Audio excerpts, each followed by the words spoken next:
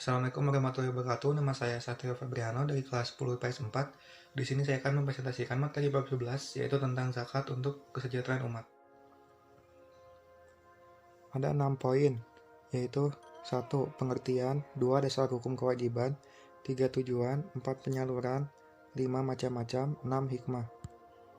Pengertian, ditinjau dari segi bahasa, kata zakat merupakan kata dasar yang berarti suci, berkah, tumbuh, bersih, dan baik. Dengan demikian, zakat itu membersihkan atau menyucikan diri seseorang dari hartanya, karena sesungguhnya dalam harta seseorang ada milik orang-orang lain. Sesudah seseorang tersebut mengeluarkan zakat, maka seseorang tersebut telah suci dari sifat-sifat kikir, tamak, dan hartanya juga berarti sudah bersih, karena tidak ada lagi hak orang lain pada hartanya tersebut. Dasar hukum kewajiban. Kewajiban membayar zakat merupakan rukun Islam yang ketiga. Sebagai rukun Islam yang ketiga, perintah mengeluarkan zakat lain dengan rukun-rukun Islam yang lainnya. Kesemua rukun Islam merupakan amalan ta'abudiyah kepada Allah Subhanahu wa Ta'ala. Namun zakat tidak hanya berhubungan dengan Allah, hablum minallah, tetapi juga berhubungan dengan manusia, hablum minanas, secara langsung. Dengan demikian jelas bahwa mengeluarkan zakat itu wajib hukumnya bagi setiap orang yang sudah memenuhi persyaratan.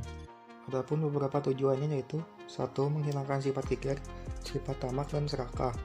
2. Membersihkan dan menyucikan harta dan jiwa muzaki, lalu membantu pemecahan permasalahan yang dihadapi oleh para mustahik, di antaranya gorimin, ibnu sabi, dan mustahik lainnya.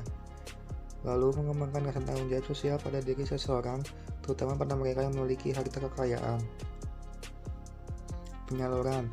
Yang berhak mendapatkan zakat ada 8 golongan yang biasanya disebut dengan 8 asnaf. Mereka adalah 1. Fakir, yaitu seseorang yang tidak memiliki usaha, harta, dan kemampuan untuk memenuhi kebutuhan lainnya.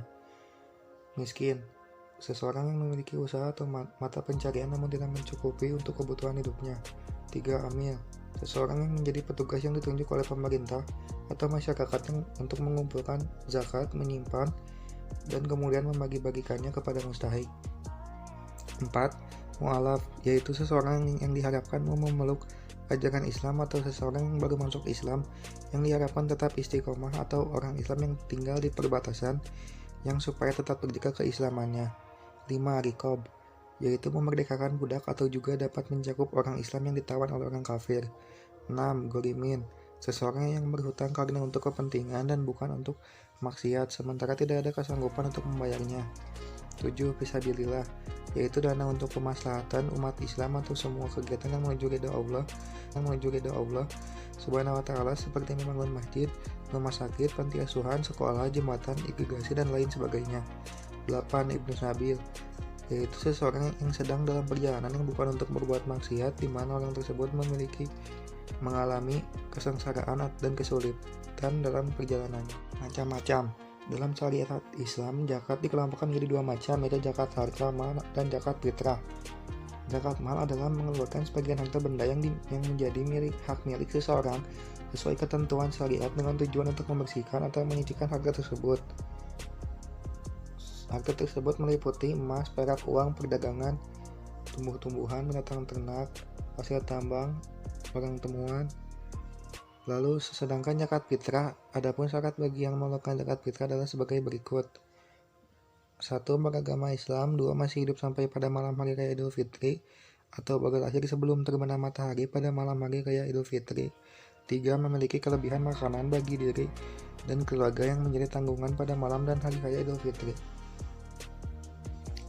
Hikmah zakat bagi muzaki antara lain sebagai bukti yang beriman, tumbuhnya akhlak mulia dalam diri seorang muslimin, terbebasnya jiwa manusia dan ketergantungan dan ketundukan terhadap harta dunia dan lagi penghambaan terhadap sesuatu.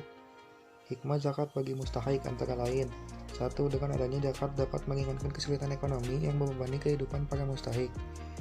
Zakat mampu menghilangkan sifat dengki, iri hati, dan benci si miskin pada si kaya karena kesenjangan dalam masyarakat terkait status sosial.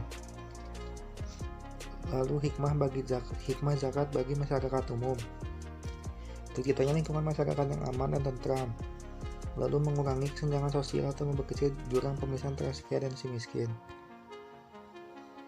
Sekian dari saya, mohon maaf bila ada video ataupun materi yang salah. Wassalamualaikum warahmatullahi wabarakatuh.